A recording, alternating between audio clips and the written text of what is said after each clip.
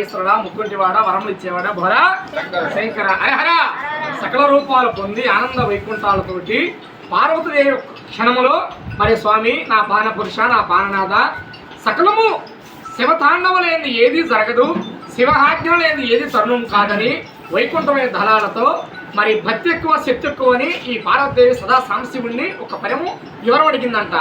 మరి దేవి లోక కళ్యాణాంతరాలువి, అరహర లోకమాతవి, ముగ్గురమ్మల మూలపుటమ్మవి ఎక్కడ చూస్తూ ఉండాలి, ముగ్గురమ్మ మూలపుటమ్మవి, సకలము నీవు ఎరుగుదు కాదు, తెలియంది లేదు, సర్వహాంతరాభ్యమై నువ్వు ఎందుకు అడుగుతున్నావు దేవని పార్వతీదేవిని సదా సాంబశివుడు ప్రశ్నించాడంట. స్వామి పానపురుష, నా పాననాథ, మరి భర్తగా మించిన భగవంతుడు ఎక్కడా ఉంటాడా? ఎక్కడా ఉండడు. అతడున ఆది పరాశక్తినైనా మరి కలియుగ వైకుంఠము ధ్రియించడానికి నేను మూర్తినయ్యి ముగ్గురమ్మలుగా నేనే తిరిగించా. మరి బ్రహ్మ, విష్ణు, ఈశ్వరుడు హరహర సకల రూపాలు కలిగిన సకల రూపాలతోటి మరి లక్ష్మి, పార్వతి, సరస్వతిని ఎందుకు ఈ తరుణము? లోక కళ్యాణం కోసం. ఈ ఒక భూమి సృష్టి ఆగకూడదు. మరి కలియుగం ఆగాలంటే అరహర అది ఎవరి వల్ల అయ్యేది కాదు. అంతం ఉంది, అంతం లేకుండా ఎక్కడ ఉండదు. ఎక్కడ పెట్టినా అంతము ఉంటుంది. అది అంతం ఎప్పుడు వరకు అంటే అరహర భూమికి భూకంపం పుట్టి ఆకాశానికి మేఘం బట్టి సకల రూపాలు తాండవాడి మరి భూమి బద్దలైనప్పుడు అంతము తిరిగిస్తుంది. కానీ 2023 మర్చిపోయినా 2023 జనవరి ఆనంద వైకుంఠాలతో చాలా భూమి ఎక్కడ అంతమవుతుందయ్యా, జననష్టం ఎక్కువ అని చెప్పా. కానీ ఎక్కడైనా సరే జననష్టము జరుగుతూనే ఉంటుంది. మరి విచిత్ర భావాలు కొన్ని పుడుతూ ఉంటాయి, కొన్ని తాండవతో ఆడుతూ ఉంటాయి. మరి విచిత్ర భావాలు ముందుకు వస్తాయి, భక్తి భావం ఎక్కడికి వెళ్తుంది? వెనుక వెళ్తుంది. ఎందుకు వెళ్తుంది? కానీ భక్తిలో ఉన్న శక్తి ఏంది, ఈ ఒక మోక్షంలో ఉన్న పరాత్మ అని తెలుసుకోవడానికి భగవంతుడు కూడా ఒక పాదం వెనక్కే పెడతాడు. మరి భగవంతుడు పాదం వెనక పెట్టినప్పుడు ఈ కలియుగంలో మొత్తం ముందుకి నడుస్తూ ఉంటారు. ఏంటిది? పాప కారణం మొత్తము ముందుకు వస్తూ ఉంటది. వాయు వరుసలు తప్పిపోతాయి. అన్నదమ్ములకి ఆనందమైన రూపాలు పొంది అరహర మరి విద్యాసారథిలో పరిణం అవుతూ ఆస్తి నాకు ఎక్కువ, నీకు తక్కువ, నాకు ఎక్కువ, నీకు తక్కువ అని కొట్టుబడుతారు. వాయు వరుస తప్పిపోతుంది. అన్నను చెల్లెలు వివాహం ఆడుతారు, ఇన్న చెల్లెల్ని వివాహం ఆడుతున్నా. గర్భవాసం పుట్టిన బిడ్డని ఎవరికో ఇవ్వటం ఎంత కానీ ఈ తండ్రి వివాహం ఆడుతుందని చెప్పా. ఇవన్నీ జరిగి తాండవాడుతున్నాయి. 16 సంవత్సరంలో బాలకి వివాహం లేకుండా గర్భము ధరిస్తుంది. దీనికి అర్థం ఏముందని తెలుపుతారు. ఎవరు తెలుపుతారు? అర్థం ఎవరు తెలుపుతారయ్యా? చెప్పు. ఎవరు చెప్పేది కాదు. మరి కలియుగం అంతం అవుతుందంటే కొన్ని విచిత్రాలు ముందు పుడుతూ ఉంటాయి, వస్తూ ఉంటాయి. ఈ అంతరములు దాటిపోవాలి. ఎలా చేయాలంటే భగవంతుణ్ణి స్వరయించుతూ అరహర ఈ స్వరంలో తొలగించుకుంటే మెడ వరకే వస్తాయి. మెడ కొట్టుకుపోతే ఇప్పుడు ఏం చేస్తారు? మీరు అందరూ అక్కడే కూర్చుంటారు. సర్పం ఎక్కడుందో ఉందని నేను పిలిచింది ఎందుకనేది ఎవరికి తెలియదు. టైం అయిపోతుందని బాధపడుతూ ఉంటారు. కానీ సర్పరాజు నేను ఎందుకు తిరిగిచ్చానో, ఆ ఒక శ్రీనివాస విగ్రహాన్ని ఎందుకు ప్రవేశించాను ఎవరికి తెలియదు. మరి ఆయన ఎక్కడుందో కూడా మీకు ఎవరికి ఇంతవరకు తిరిగించరా. కానీ ఈ అగ్నిపాలంలో తిరిగించి సర్పకాటులతోటి దైవంగా నన్ను కాసి కాపాడుతుంది ఎవరంటే ఈ సర్పములే తిరిగిస్తున్నాయి. అందువలన ప్రతి ఒక్క దినము వాళ్ళని తిరిగించాలి, ప్రతి ఒక్క అనుగ్రహము ప్రవేశించాలి. మరి సర్పల తరుణాన్ని తిరిగించినందుకు నా ఒక ఆజ్ఞ పాలనవి సర్పములతోటి నేను కడియములు ధరించి నాగాభరణాలు పెట్టా. మరి వడ్డాన్ని ప్రవేశిస్తానని చెప్పా, మెడలో హారం వేస్తానని చెప్పా, చక్కటి బంగారు కిరీటాన్ని ధరిస్తా. మరి నాకు కావాల్సిన మొత్తం ఇంకా కొంచెము ముందు ఉంది. ఎందుకుంది? వయసు చిన్నది. మరి తెలిస్తే ఇబ్బంది కారణం పడుతుంది. కానీ ఇబ్బంది కారణం పడినా నా ఒక దానంలో నిలిచిపోయిన తర్వాత నేను ఏది ఈ దేహానికి గుర్తు ప్రవేశించను. మరి సకల రూపాలతో నాకు కావాల్సిన మొత్తం ఈ శరీరం మీద తీసుకొని వెళ్ళిపోతా. దైవాన్ని మీరు జీవించగలుగుతారా? దైవాన్ని తాకగలుగుతారా? చెప్పు. ఈ శరీరానికి ఆవరించి మీ అందరి హస్తంలో నేను తాకుతా. మరి తాకిని మొత్తం ఈ బిడ్డ చేత పెట్టిస్తా. పెట్టించిన మొత్తం తీసివేస్తాను. ఉంచుతారు. ఆయనకి ఉంచితే ఊరుకుంటాడయ్యా? చెప్పు. కానీ ఇంతటి మహత్యాన్ని అడిగి మరి లోక కళ్యాణం తెలిసిన దాన్ని నువ్వు ఎందుకమ్మా తిరిగిస్తున్నావని ఈ ఒక సదా సంశివుడు పార్వతీదేవిని వివరం అడిగాడు. అప్పుడు వివరం అడిగితే ఈ పార్వతీదేవి చెబుతుంది, ఇంత తిమూర్తులుగా మీరు ప్రవేశించారు, మరి మీరు నాకు ఎప్పుడు లోకం అవుతారు స్వామి అని నాకు వర్తర్థం చెప్పమని ఈ ఒక సదా సాంబశివుని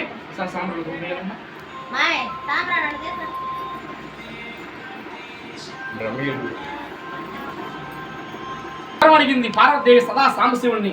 అప్పుడు దేవి అనుగ్రహ ప్రసన్నము తరుణం వస్తుంది. ఆ తరుణాన్ని ప్రవేశించినప్పుడు నిన్ను సేవించే టైం ప్రసన్నమైనప్పుడు మేము కూడా నీ దాసులం అవుతామని చెప్పి ఈ ఒక సదా సాంబశివుడు ఈ పార్వతీదేవికి వివరించాడు. ఎప్పుడైతే వివరిస్తాడో మరి ఇది అర్థమైంది స్వామి అని చెప్పి పార్వతీదేవి మళ్ళీ స్వామివారిని తిరిగిస్తుంది. టైం ప్రసన్నమైనప్పుడు నేను వివరిస్తానని చెప్పి పార్వతీదేవిని తిరిగిస్తాను. అందుకు వాళ్ళ ఆత్మల మాట ఆలికి కూడా చెప్పకూడదు అంటారు. ఆత్మల మాట ఆలికి చెప్పకూడదు. ఎందుకు 4 కప్పులు ఒకసారిగా అసలు కూడకూడదు. 3 తలగోపులు కూడినా కూడా 1000 పవర్గా ప్రసన్నం అవుతాయి. ఆ ఒక తరుణాన్ని తిరిగించి దేవి అని చెప్పి పార్వతీదేవిని శాంతపుష్టం చేస్తాడు. మరి సకలం సమయం ప్రసన్నం అవుతుంది. ఆనంద రూపాలు తిరిగిస్తుంది. రాక్షసుల బాధ ఎక్కువ అవుతుంది. శరణాయ అంటూ శరణదేవి నవరాత్రులు 9 రాత్రులు తిరిగిస్తారు. మరి ఈ 9 రాత్రులు వైకుంఠమైన ధరాలు తొలగించిన తర్వాత ఆనందమైన నరకాసుడు తరం ఉంటుంది. ఈ నరకాసుడు తరం ఎప్పుడు వస్తుంది? ఏనవి ఇప్పుడు ఏమొస్తుంది మళ్ళీ కదా కదా. మరి నరకాసును కూడా అంతం చేసేది అప్పుడే. మరి సకలము అంతం చేసి ఆనంద రూపాలు దాసి అవుతున్నారు. ఎవరు? త్రిమూర్తులు కూడా ఈమెకు దాసి అవ్వాలి. ఇప్పుడు మరి ఎలా దాసి అవుతారమ్మా, ఎలా ప్రసన్నం అవుతారంటే అరహరా ఈయన 1000 తలకములతో తలకించి తల నరుకుతూ ఉంటే పుడుతూనే ఉంటుంది. తల నరుకుతూ ఉంటే పుడుతూనే ఉంటుంది. ఈయనకి సావు అన్నది లేదు. మరి మరణ ఒత్తిడి ఎలా చేయాలన్నప్పుడు వీళ్ళు సేవించాలి. ఏమని ఎవరో సేవించాలి? త్రిమూర్తులు మొత్తము ఏమను సేవించాలి. అప్పుడు బల్యము బట్టి అరహర కరకము బట్టి సోలము ధరించి మెడలో నిమ్మకాయ దండలు వేసుకుని నాలికలు చాపుతుంది. ఈరోజు నేను నాలిక చాపేస్తాను. ఈరోజు శాపం కూడా నేను ఈరోజు సాప్యా. మరి ఎందుకు చాపామంటే టైం ఆసన్నమయ్యి తరుణం అవుతుంది. అమావాస్య ఎప్పుడు వస్తుంది? మళ్ళీ ఆ రోజే వస్తుంది. ఆ రోజే వస్తుంది. మరి ఈ రోజు ప్రసన్నమైనందుకు ఆనందమైన నారికలు చాపి వైకుంఠమైన తలాలతో నరుక్కుంటూ శిరసు వరకు వెళుతుంది. శిరసు నలబోయే సమయంలో అప్పుడు ఈ పార్వతీ పరమేశ్వరుల ఆనంద రూపాలు తిరిగించిన కథను ఒక క్షణము తిరిగిస్తుంది. ఎప్పుడైతే తిరిగిస్తుందో అరహరా ఈ తిరిగిచ్చినప్పుడు త్రిమూర్తులు కూడా దాసోహం అని ఆమెను కొలుస్తారు. ఎవరిని? అమ్మవారిని, ఆది పరాశక్తిని, ముగ్గురమ్మల మూలమ్మని. అరహరా ఆనంద వైకుంఠాలతో ఎవరైతే దీపములు గ్రహించి మరి ఈశాన్యంలో నాకు జ్యోతిని వెలిగించి వైకుంఠమైన అఖండ వేస్తారో ఆ ఇంటి శిరలో వెలిగిస్తారో ఆ ఆలయాల్లో జయపదన వరాన్ని ఇస్తారని అప్పుడు ప్రవేశిస్తుంది. ఏంటిది? అఖండ జ్యోతి. మరి అమావాస్య అంటే చీకటి వెళ్ళిన తర్వాత ఏమవుతుంది? వెలుతురు వస్తుంది. వెలుతురు వస్తుందని సమయం చూడాలి. దానికోసం మళ్ళీ పూర్వం వస్తున్న వెలుతురు వస్తుంది. అమావాస్య రాత్రికి ఆనందమైన నరకాసులను చంపితే విద్యుత్తులతోటి జయపదంగా ఆనందం చేసుకుంటారు. అప్పుడు అఖండ జ్యోతి వెలుగుతుంది. ఆలయాల్లో అప్పుడు దివ్యంగా తరుణం అవుతుంది.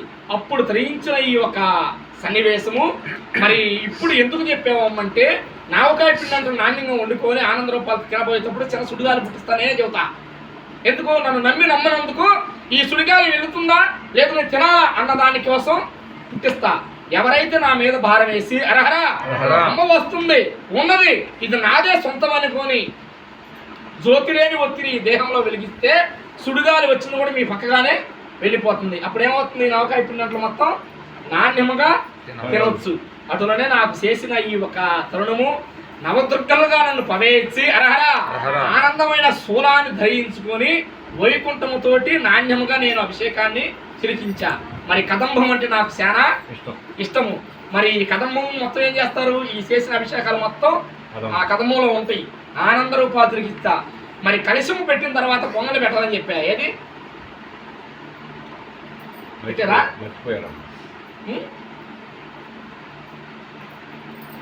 కానీ మర్చిపోకూడదు. కలశం అంటే సామాన్యమైనది కాదు. ఈ కలశాన్ని ప్రవేశించి సోలానికి కలశాన్ని ప్రవేశించి ఈ కలశంలో ఉన్న తత్వాన్ని మొత్తం ఈ తినే ధాన్యములోకి తిరిగిస్తుంది. ఇది ఎప్పుడు అయితే మీరు ప్రీతిగా కలిగి భక్తులకి తిరిగిస్తారో అప్పుడు ఏమైపోతుంది? సేవ పరుగురికి లభ్యమవుతుంది. తాకేది ఎవరు? ఒకళ్ళే. ఈ తాకిది మొత్తం ఎవరికి వెళ్ళిపోతుంది? 1000 కోట్ల మందికి అసాధారణ గర్భం నింపుతుంది. మరి మొత్తం వాళ్ళు తాకినట్టే. చేసిన వారికి ఏది ఉండదు. హక్కు ఎవరు అంటే అంతవరకే. హక్కు మొత్తం ఉన్నది ఎవరికి? భక్తుల బిడ్డలకే. ఇది తెలుసుకోవాలి. మరి సకల రూపాలు పొంది ఆనంద వైకుంఠాలతోటి నన్ను ముందు సేవిస్తూ ఆ ఒక తరుణాన్ని ఏందమ్మని నన్ను పిలిచి పిలిచిన వాగ్దానాన్ని జయపదంగా చేసి అరహరా కాదని ఆకాశానికి మేఘం పెట్టి మేఘానికి వర్షం రాలేదని నా మీద పందెం చేసినా నేను ఎప్పుడు వెనక్కి తిలికించను. అసలు నేను ఒప్పుకోను కూడా. దానికి అర్థం ఉండిద్ది, దానికి భావాన్ని నేను చూపిస్తా. హలో రామచంద్రు అంటూ ఆకాశానికి మేఘం పట్టిన వర్షం లేదని దండోరా వేయాలి. వేస్తేనే ఈరోజు ఇంత వైభోగం జరిగింది. మరి నరమలేని నాలిక 4 కుప్పలే కూర్చొని ఎక్కడ ఏం చేయాలని తిరిగిస్తూ ఉంది. ఆంజనేయ ఆంజనేయ అరహరా.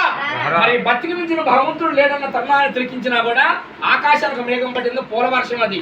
అది పూల వర్షమే. మరి సర్పురమైన వర్షము లేదు. సకలము ప్రసన్నమయ్యి ఆనంద రూపాలతో మరి నన్ను సేవించి కొలిసినందుకు అరహరా. మరి వద్దు అమ్మ అన్నదాకా మళ్ళీ వర్షము జయపదంగా వస్తుందని నా సాక్షిగా ఆయన సాక్షి ప్రమాణం చేస్తున్నా. మీ అందరి చేతలు ఏం చేయించాను? నేను ఆయనకి మాల ఇప్పించానా, బంగారం ఇప్పించానా? ఇష్టము కలిగిన పువ్వులతోటి అరహరా శక్తి వేసిన శనిమనంగా నీళ్ళు పోసి నేరారకన్యంగా ప్రజల మీద రాత్రే పాపిష్టి పువ్వులారా. మరి ఎక్కడ పూసినాయో, ఎక్కడ కోసారో, ఎలా వచ్చినాయో ఇందరు అస్తమతో మళ్ళీ ఆయనకు అభిషేకానికి జయపదంగా వెళ్ళి ఇంతటి మహత్యం నాలో ఉన్నదని నా సాక్షి ప్రమాణం చేస్తాను. అసలు నా మీద పందెం చేసిన ఇప్పుడు గెలవనివ్వను.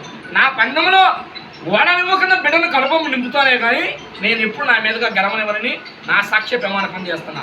కన్నీరు పెట్టిన అరహరా హరిహరినాథులు అడ్డుపడ్డా ఆనందమైన దేహంలోకి నేను రాకుండా ఉన్నానని ఇందరు సాక్షి ఈరోజు మీ అందరికీ ప్రమాణకం చేస్తున్నా.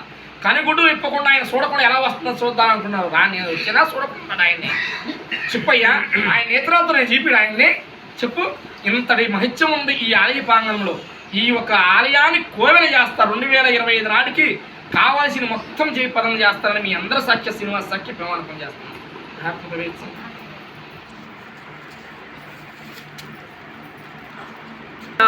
భార్గో దేవస్య ధీమహి ధియో యో నః ప్రచోదయాత్. సర్వమంగళమాంగళ్యే శివే సర్వార్థసాధకే శరణ్యే త్రయంబకే దేవి నారాయణే నమోస్తుతే. ఓం భూర్భువస్సువః తత్సవితుర్వరేణ్యం భర్గో దేవస్య ధీమహి ధియో యో నః ప్రచోదయాత్. సర్వే నారాయణే నమోస్తుతే.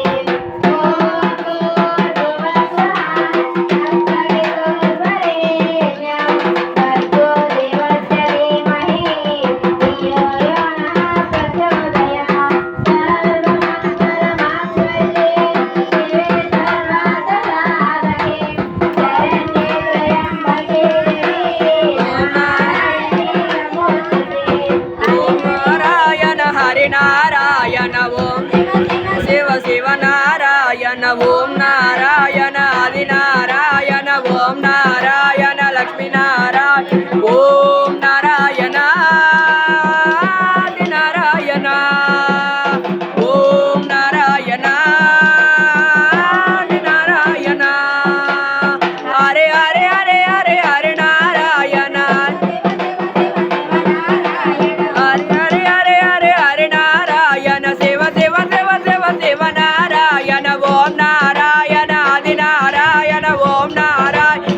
నారాయణ ఓం నారాయణ ఆది నారాయణ ఓం నారాయణ ఆది నమ్మకు ఏడుకొండలవాడ వెంకటరమణ